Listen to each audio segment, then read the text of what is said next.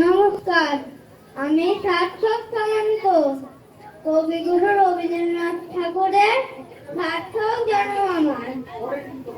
সার্থক জনম আমার জন্মে ফিরে গেছে। সার্থক জনম মাগো তোমায় ভালোবেসে। জানি না তোর ধন রতন আছে কিনা রানীর মতন। শুধু জানি আমার অঙ্গ জুড়ায় তোমার ছায়া এসে। কোন মনেতে জানি নে ফুল গন্ধে এমন করে আকুল।